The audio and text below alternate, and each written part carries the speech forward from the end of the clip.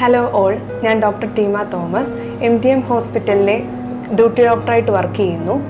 ഇന്ന് നമ്മുടെ കൂടെയുള്ളത് MTM ഹോസ്പിറ്റലിൽ പുതുതായി ജോയിൻ ചെയ്ത ഡോക്ടർ ഗ്രീഷ്ബ ബി സുനിൽ ആണ്. നമുക്ക് കുറച്ച് സംശയങ്ങൾ ഡോക്ടറുമായിട്ട് ചോദിക്കാം. ഹായ് ഡോക്ടർ, എൻ്റെ ഫ്രണ്ട്സ് ഒത്തിരി പേരെന്നോട് ചോദിക്കാറുണ്ട്, ഇപ്പോൾ പീരിയഡ്സ് മിസ്സാവുന്നുണ്ട്, അല്ലെങ്കിൽ പീരിയഡ്സ് ഒത്തിരി നാൾ ലേറ്റായിട്ട് വരുന്നുണ്ട്, ഒത്തിരി നേരം വരാതിരുന്നിട്ട് വരുന്നുണ്ട്, അല്ലെങ്കിൽ അവർക്ക് ഓവുലേഷൻ മിസ്സാവുന്നുണ്ട് എന്നൊക്കെ, ഒത്തിരി അവർക്ക് ബ്ലീഡിങ് ഒത്തിരി പോകുന്നുണ്ട് എന്നൊക്കെ പറയാറുണ്ട്. എന്താണ് അതിൻ്റെ ഒരു റീസൺ, അല്ലെങ്കിൽ എന്തൊക്കെയാണ് നമ്മൾ അതിനുവേണ്ടി ചെയ്യേണ്ടത്, എന്തൊക്കെ ട്രീറ്റ്മെൻറ്റാണ് ചെയ്യേണ്ടത്? ഹലോ, ഞാൻ doctor Greeshma B Sunil, consultant gynaecologist, MTM mission hospital. So ഇന്ന് ടീന എന്നോട് ചോദിച്ചത് വളരെ ഇൻഫോർമേറ്റീവ് ആയിട്ടുള്ളൊരു കാര്യമാണ്. പലർക്കും ഉണ്ടാകുന്ന ഡൗട്ടാണ്. ലൈക്ക് ആദ്യം തുടങ്ങുന്നത് ഒരു നോർമലി വരുന്ന പീരിയഡ്സ് ഒരു 30 ഡേയ്സ് ഒരു 45 ഡേയ്സ് പ്രൊലോങ് ആയി പോകുമ്പോൾ പല കുട്ടികളും വിചാരിക്കും കുഴപ്പമില്ല, ലൈക്ക് കുറച്ച് ലേറ്റ് ആയിട്ട് വരുന്നുള്ളൂ, പിന്നെ അത് 2 months ആകും. സോ അതെല്ലാം ഒരു രോഗത്തിന്റെ ലക്ഷണമാവാം.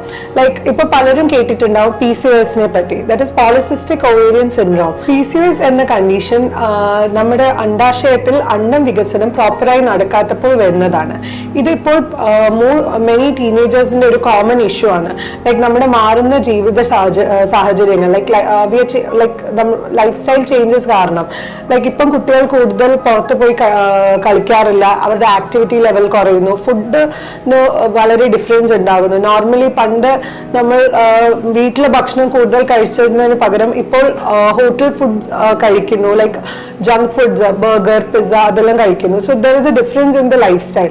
അപ്പൊ അത് കാരണം പല ചേഞ്ചസും ബോഡിയിൽ കുട്ടികളിൽ കാണപ്പെടുന്നു. സോ ഈ ടീന പറഞ്ഞ കാര്യങ്ങൾ, ലൈക്ക് നമ്മുടെ സൈക്കിൾസിൽ ഡിസ്റ്റർബൻസ് വരുന്നത്, ഇതെല്ലാം PCOSന്റെ തുടക്കം ആകാം. സോ ഇത് നമ്മൾ ആദ്യമേ കൺസൾട്ട് ചെയ്ത് കഴിഞ്ഞാൽ ഇതിനുണ്ടാവുന്ന ഗുണം എന്ന് പറഞ്ഞാൽ, like when it is in the early stages നമുക്കത് ട്രീറ്റ് ചെയ്യാൻ എളുപ്പമായിരിക്കും. ഇപ്പൊ നിങ്ങൾ ഗൈനക്കോളജിസ്റ്റിനെ കണ്ടിട്ട് പ്രോപ്പർ ആയിട്ട് ഒരു ഡയഗ്നോസിസ് എത്തിക്കഴിഞ്ഞു കഴിഞ്ഞാൽ നമുക്ക് നമ്മുടെ ജീവിത ശൈലികളെ ഒന്ന് മാറ്റാം. ലൈക്ക് പഠിക്കുന്ന കുട്ടികളാണെങ്കിലും ഒരാഴ്ചയിൽ ഒരു 5-6 ദിവസം ഒരു 40 to 45 minutes എക്സസൈസ് പ്ലസ് ഡയറ്റിൽ വരുന്ന ചെറിയ ചെറിയ ചേഞ്ചസ്, ഷുഗർ കണ്ടന്റ് ഉള്ള ഫുഡുകൾ കുറയ്ക്കുക, junk foods like completely avoid ചെയ്യാൻ നമ്മുടെ ഇപ്പോഴത്തെ ഒരു ലൈഫ് സ്റ്റൈൽ വെച്ച് പറ്റില്ല. പക്ഷെ അറ്റ്ലീസ്റ്റ് അത് കുറയ്ക്കാം. ലൈക്ക് 1 in 2 months അങ്ങനെ ആക്കി കുറയ്ക്കുമ്പോൾ അത് നമ്മളുടെ ലൈഫിൽ വളരെ ഡിഫറൻസ് ഉണ്ടാകാൻ സാധിക്കും. വെയിറ്റ് റിഡക്ഷൻ മാത്രമല്ല ഉദ്ദേശിക്കുന്നത്, കുട്ടികൾ ആക്റ്റീവായിട്ട് ഇരിക്കുന്ന കഴിയുമ്പോൾ നമ്മുടെ ബോഡിയിലെ ഹോർമോൺ ലെവൽസിന്റെ ഡിഫറൻസ് വരും. അത് കാരണം PCOS ഒരു ലാർജ് സ്കെയിലിൽ നമുക്ക് കുറയ്ക്കാൻ, ലൈക്ക് അതിന്